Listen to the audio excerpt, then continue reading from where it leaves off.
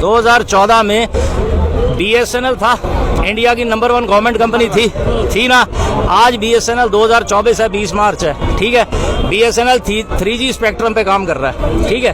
3G spectrum पे काम कर रहा है। BSNL को 4G का लाइसेंस नहीं दिया। चलिए यहाँ तक समझ आ गई। BSNL ने 25 साल के अंदर 80,000 टावर लगाए और लाखों किलोमीटर अंडरग्राउंड केबल बिछा दी।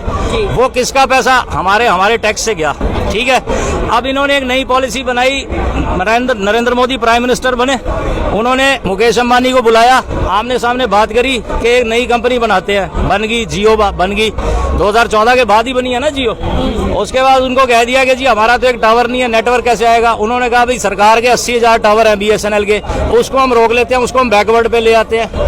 अब उसका नीलामी ऑक्शन लगा दिया और 2-3 कंपनियां थी। एक वोडाफोन है, वो 60 देशों में, क्योंकि इंग्लैंड की कंपनी है इसलिए बची हुई है, और आइडिया बिड़ला की कंपनी है इसलिए बची है। छोटे प्लेयर तो साफ ही कर दिए इन्होंने, निपटाई दिए। और उसके बाद ये इन्होंने कह दिया कि भाई जो सरकार के 80,000 टावर थे अब वो यूज करेगा जियो।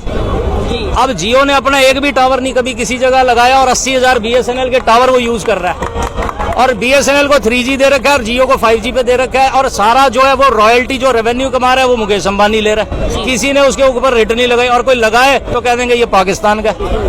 बात को समझने की कोशिश करो, फैक्ट्स को, सच्चाई को समझो। देखिए अच्छा, ये कहा जा रहा है कि भाजपा लोकतंत्र की हत्या कर रहा है, कैसे देखते हैं आप इस बयान को? क्या विचार है आपको? मैं कहता हूँ जो अभी ये जो कपड़े डाल रखे हैं ना, ये भी नहीं मिलेंगे।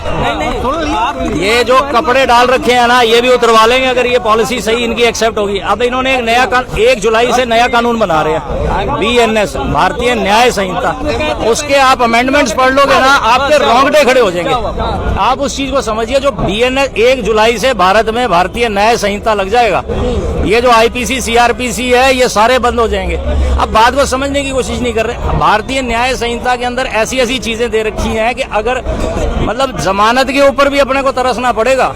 आज तो ये जज कह देते हैं ना कि भी उसमें अपने पास क्लॉज है कि भी 14 दिन का रिमांड लेते हैं, अगर इसको कोई गलती है तो इसको प्रूव करो, अदरवाइज इनको बेल दे दो और ये ट्रायल चलेगा। और अगर प्रूव होता है तो इनको उसके हिसाब से पनिशमेंट मिलेगी, किसी भी एक्यूज या कोई है अगर तो। आने वाले टाइम में कानून ऐसा बन जाएगा कि अगर उसकी गलती नहीं भी है तब भी उसको ये है, वहां प्रावधान दे रखा है कि इसको इसकी जमानत नहीं भी दी जा सकती। तो जब तक मान लो 10 साल चल रहा है तो वो 10 साल जेल में भी बैठा रह सकता है बंदा। अब तो जमानत तो मिल रही है, तुम्हारे कपड़े भी नहीं बचेंगे। कानून इतना खतरनाक आ रहा है। आप ये देखो भाई, इंडिया के अंदर जुआ लीगल हो चुका है, ये कैसीनो लीगल हो चुका है।